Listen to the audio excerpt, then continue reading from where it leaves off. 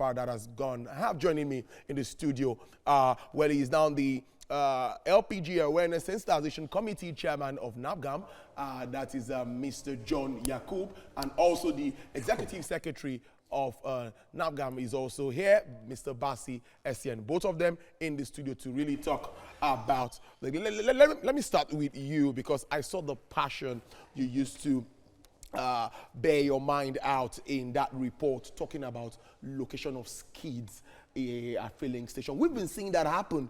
Even I know somewhere close to this place, I don't want to mention names, yes. And we look at it like, oh, we thought it was a welcome development. Yes. What is really wrong with this? Yeah. First of all, when you go to such skid, you'll be surprised to find out that such skids don't have the operating license from DPRO to situate such skids. That's the first thing. Before you put such a skid in any situation, in any place, you ought to have what it takes for you to operate such skid. And let me tell you this. What you have, or what we are supposed to have in this country, what you practice elsewhere, is what you call bottling plant, LPG bottling plant. Because LPG is not bottled in the open because of the risk associated with bottling of LPG. LPG is not supposed to be bottled in the open. What we're saying is that you either have a standard filling plant or a mini filling plant approved by DPRO. Yeah. You don't buy. Yeah, that's the video. Sorry, that's the video. Yeah, that's the amateur video. Yeah, that is a skid going off with the entire content of the LPG this thing going off the tin. If not for the things that you have there, what you are having there could as well set the whole community ablaze. And this happened just about 3 days ago in Benin. And that is why we are up shouting that government should assist the DPRO to make sure that this thing is regulated. It is not that most of these small skids you see around the corner are not regulated, are not licensed. They just go to the market, buy about 5.3 metric tons of cylinder and start to dispense gas. And let me repeat this. What you are supposed to have is LPG bottling plant, either a standard LPG bottling plant or a mini bottling plant. There's no way you put a mini bottling plant together with a filling station. In short, you are inviting chaos. Because like I keep saying, or you will know, today there is no technology available to stop the leakage of LPG from filling a small cylinder. There's no way you can stop it for every cylinder you fill. If you have visited the plant yourself to fill your cylinder, you will discover that at the point of disconnecting the filling hose from the cylinder, there's always escape of gas. And after filling about 10 to 50 cylinders for about 30 minutes, the place would have been saturated that you need to stop. But what do you have if you do that in a filling station, associated with the filling station? And that is the problem. For every filling station filling LPG, by the time you disconnect the hose with which you are filling the cylinder and a gas is released, if there is a vehicle coming up from that filling station, before you know it, the whole place will go on flame. Mr. Basi, I like your views too on this.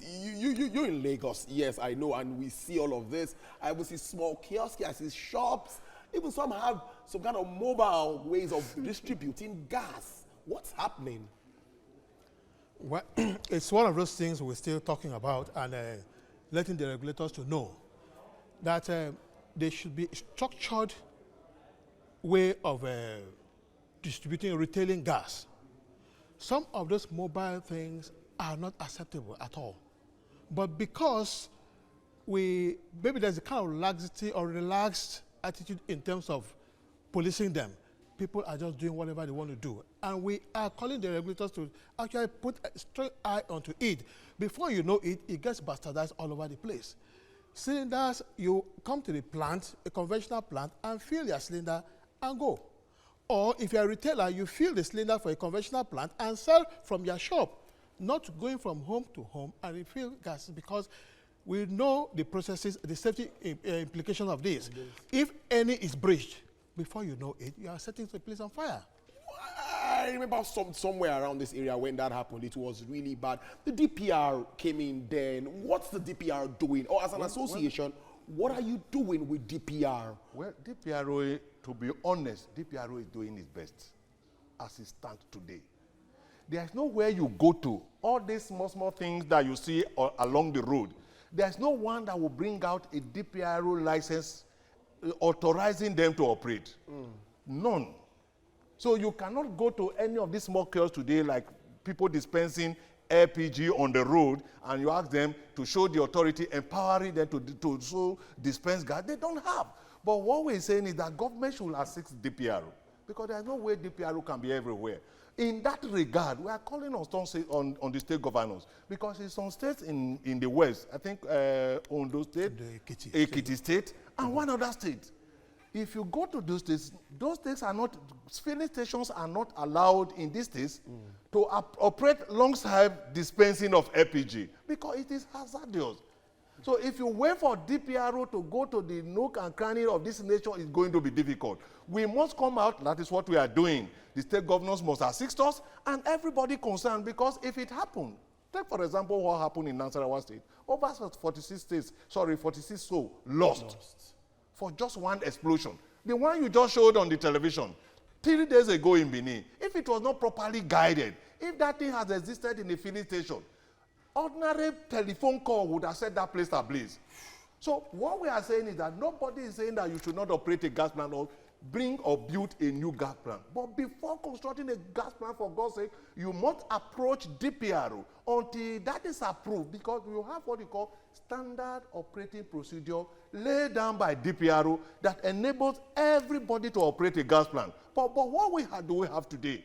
Because that some of these monstrous small gas plants are located in the interior and making it difficult for probably DPRO to access. They just go there and do what they like. That is why every hand must be on deck. We must all come together. We're not saying that you are not allowed to operate a plant. For Christ's sake, everywhere or every plant has its own standard. Before you can dispense gas, please, for the interest of Nigerians, for the safety of our people, do the needful before you can begin to dispense gas cylinder to people. Like I said, if you watch when Total came into operation selling cylinders and selling gas in Nigeria, it's still there. They didn't put their filling plant in their filling station. What they did is to take the cylinders to the plant, fill it like you showed on the television, and bring it to the petrol station for sale. You just go there, drop your bottle. Yes, exactly, bottled, drop your cylinder, and you pick the already bottled cylinder and you take it away. Even if you go to Walmart in the United States of America, you have a section for LPG. All you need to do, you bring in your empty bottle, drop it in Walmart, pick the already filled LPG cylinder. That is what is obtainable everywhere in the world. But what do we have, like you just experienced? You go to every corner and we pray.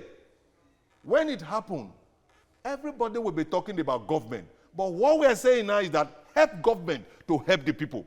Because if we don't help government to help the people, if it happens tomorrow, it is not people in Aso Rock or people in Alausa that will go. They are protected. But whoever lives around that place that is not talking now, that is not saying anything, will bear the brunt. I just see people still cutting corners. Issues about cutting corners come here. People don't want to follow due process. People don't want to do what is right when they even know what is right. Why do we have this attitude, and what do you think can be done to check this as we move on? Because we need to check how we can also improve the usage of LPG in this country at this time when we see the negatives associated to not using gas. And that's why, as my association, we've come up with a campaign on awareness, creating awareness of safe handling of LPG. And like the Honorable John Yakubu, who is the chairman of the committee, for 2-3 years now, we've been going from state to state, distributing free cylinders and demonstrating how to use LPG safely.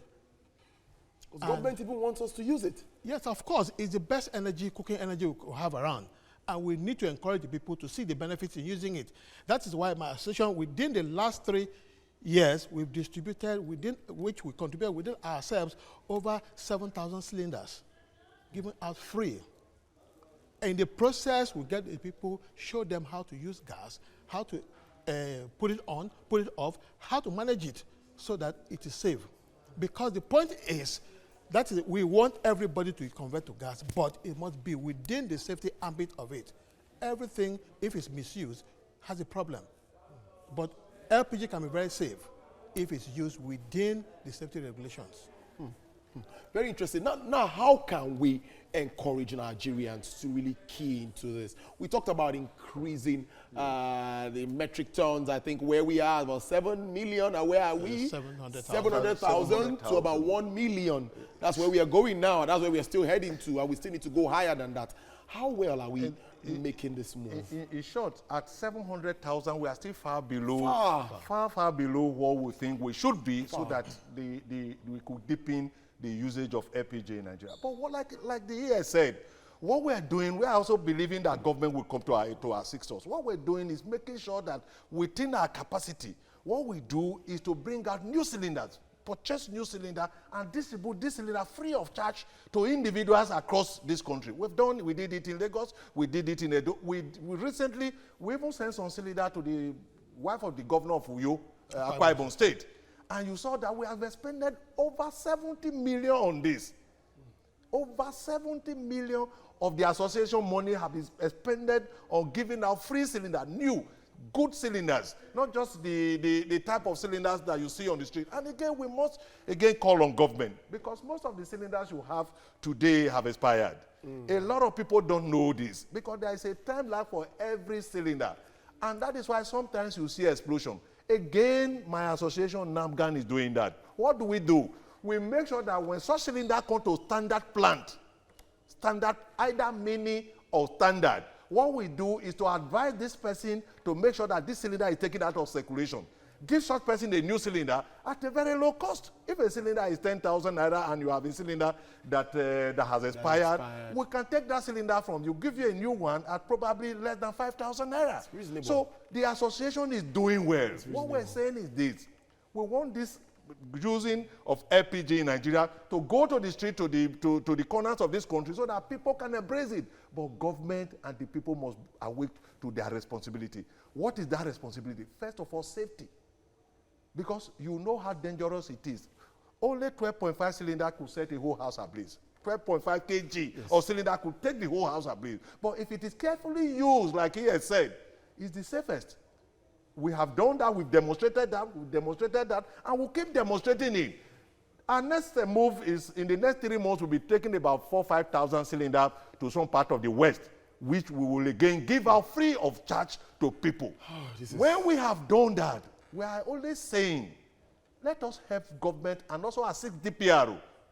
Because don't just turn the other side, you see a mushroom thing happening behind your house, and you are not concerned. One day it could happen. Like you showed on television just now, if it was not properly handled and the fence around that plant, for the whole of that community would have been gone. And that is a Kosodin community in Edo State, behind University of Benin. That was where it happened about 3 days ago. So we are calling on government. We are calling on, DPRO is doing its best, because most of these mushroom plant operating don't have their license. You can check that yourself. You can check that yourself. So what we are doing as a body is to assist them. Create this public awareness. Again, on television, create this public awareness. You can see what you just saw. If that is not done, you can also see how DPRO coming out to make sure that these things are seen. But what we are saying is that some persons are going around turning the hand of government, believing that, oh, when you allow the proliferation of LPG small cylinders around the corner, they probably will make more money. That is not correct. And how are they doing it? They're going to China and India and bringing substandard 2.5 metric ton tanks into this country. And they're looking for a way and manner on how this can be displayed. But we're saying, and I know by the grace of God, DPRO is on it. Any person operating below the standard operating procedure will not be allowed to begin to dispense gas. A parting shot from you, yes, as we round up. A parting shot. We need to get something. Just say something from you, because I wanted you to touch on the VAT issue, but as we're rounding up now, just say something, your message to Nigerians. Thank government on that. We want Nigerians to actually see what we are doing, that what we're doing is for their own good. We want to conserve the environment. We want people to have healthy living, because unlike what we used to encounter with smoke from firewood, then depletion of the environment, let's convert. We have abundance of gas. Let's convert to cooking gas and save the situation.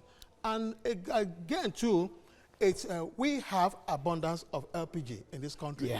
But the point there is, some fraction are still being imported into the country. Why do we have to do that? The LNG, I think, is up to the task of supplying the gas requirement for this country. So they should do that. And let us not waste hard-earned foreign exchange in importing the same thing that's in abundance in this country. All right then. Mr. Bassi, one more word, just one word. We must thank the federal government for removing the value-added tax on locally sourced LPG. That have gone a long way. A good one from the government. Honestly, a good one from government, a long way to encourage and also brought down now the price of LPG. So we want to thank the federal government for doing that, and we keep telling them to do more by assisting our association for more cylinders. I can see that passion there, Mr. John Yakub, Awareness Installation Committee Chairman, and Mr. Bassi Essien, Executive Secretary of the same association. Thank you very much. Giving insights into this.